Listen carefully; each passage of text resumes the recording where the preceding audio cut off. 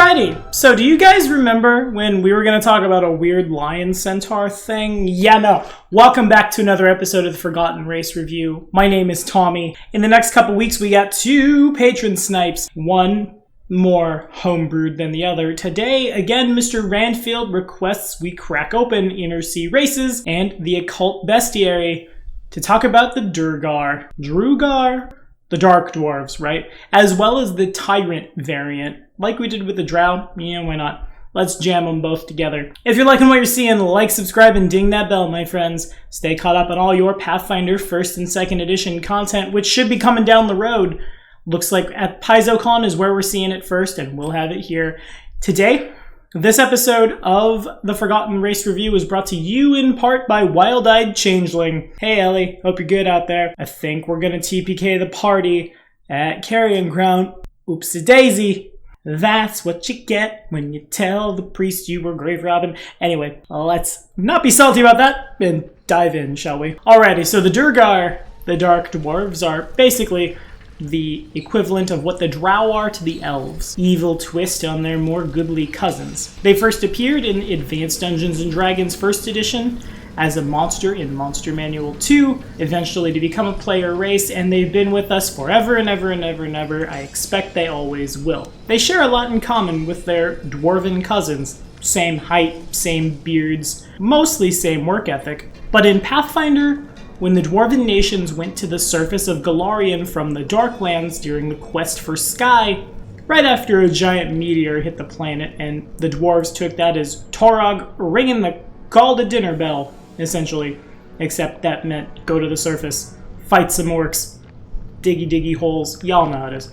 The dwarves that stayed behind over time became the Duergar. These guys dwell in the first layer of the Darklands, Narvath, more or less doing the same thing all the Darklands races are doing, detesting everything that lives beneath the light of day, but of course that hatred pales beside the loathing of their surface dwarf cousins. The Duergar consider themselves to be the only true dwarves and the rightful heirs of everything beneath the surface of the world. Thus, they favor taking captives over slaughter, except for surface dwarves who are slain without hesitation at all.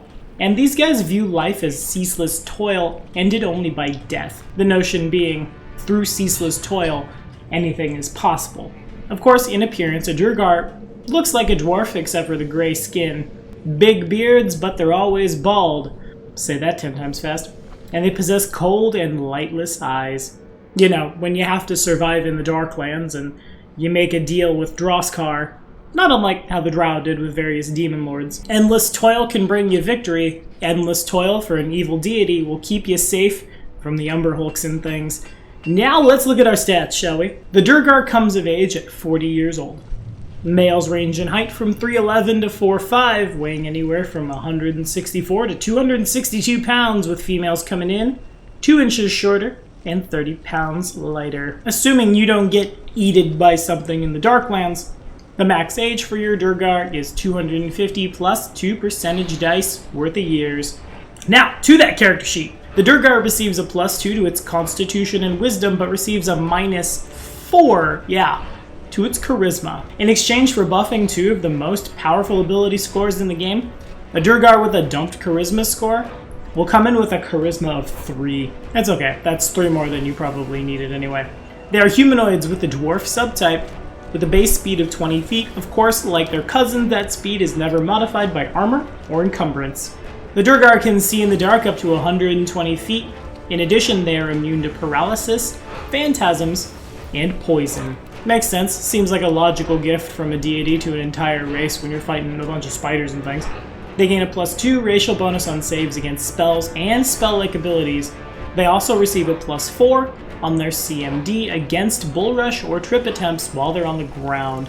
And they can use Enlarge Person and Invisibility, each once per day, using their character level as their caster level, affecting only themselves, but since they're medium creatures, just don't enlarge person straight into your ceiling fan, in addition to the 1d3 +1 you would take from the rapid fire bonking of the ceiling fan on your head. The Duergar are dazzled in areas of bright light, good old light sensitivity. Now, across Dungeons & Dragons and in Dreamsguard Press's Pathfinder Psionics stuff, The Duergar have appeared to have psionic talent. Of course, Pathfinder itself does not have psionics, rather we have true psychics. Thus, if we crack open the occult bestiary, we find ourselves the drow noble to the drow for the Duergar Tyrant, which actually Nick played in Hail the Gorilla King, if I'm remembering correctly. It's basically the same idea. 1 in 100 Duergar births bring forth a Duergar bestowed with powerful psychic gifts. When these children grow into their powers, they often become authoritarian members of their clans, well and truly the tyrants that they are.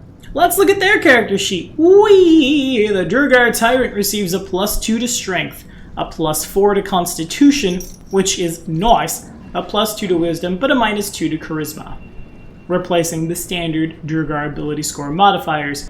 Their racial bonus against spells and spell-like abilities goes from 2 to 4 on saving throws against psychic spells and spell-like abilities. They also have spell resistance equal to 11 plus level. They also can cast Iron Skinned for 2 psychic energy, Mind Thrust 1 for 1 psychic energy, because they have this psychic magic universal monster rule, with a caster level equal to their total character level, and they get a reservoir of 5 PE per day. Easy enough to translate, right? One of them costs 1, one of them costs 2, you have 5 to spend in a day. Bang. In addition, the Duergar Tyrant has access to the basic Telekinesis Kinetic Form, Telekinetic Finesse, Telekinetic Haul, and Telekinetic Invisibility Kineticist Wild Talents, with an effective Kineticist level equal to their total character level. So that's fun. Is that as good as a Drow Noble? No, I would say no. Permanent Levitate's real powerful, it turns out. But it's still really good. Nobody says no to a +4 to Constitution. A Duergar Tyrant Barbarian suddenly has so many hit points that it doesn't matter if they're immune to poison or not. They can do whatever they want to themselves, and they're walking away from it. Bringing these guys into your world, of course, is a direct path to the Darklands. If you don't know what that is, follow this card right up here, we'll get you caught up. And it presents a very stark opposite to what the Dwarves of Golarion are. Work hard for what you need, what you want, take care of yourself, take care of your family, take care of your clan. Right, now turn that up to 11. The Duergar are an example of when this mentality has gone far too far. You thought you were overworked at your job? No, not even close. I don't think the Duergar as a race have seen a day off since the Age of Darkness. They're almost like a little ant colony under the ground, except with more constitution, constantly toiling, constantly building. But certainly it stands to reason a Duergar adventurer might be someone who got a little tired of that lifestyle and had to escape it. That doesn't mean they don't have a good work ethic from their time spending 1,000 hours a week at the forge. And as a race, they are said to have a very universal sense of honor. If they say they're going to do it, why, they'll do it. You have to imagine jamming for a Duergar or bringing them into your world. That's what they're going to do to the party should the party get, I don't know, captured and enslaved by them. Sucks to be you. And that, my friends, is all the time we have for that. What do you guys think about the Duergar? Have you played him? Have you toiled under him for a bajillion years? Do you remember Neverwinter Nights 2 when you didn't know what Enlarged Person was and they're all rushing you with the Githyanki, and it's never really explained why the Duergar are there? Also, that's a plot hole, I think. And suddenly you're dying to axes that are doing too much damage. Put it in the comments, we'll talk all about it. We got a homebrew coming up next week. This thing, the Flamina, from an old PlayStation 1 game called Volfas. See you then.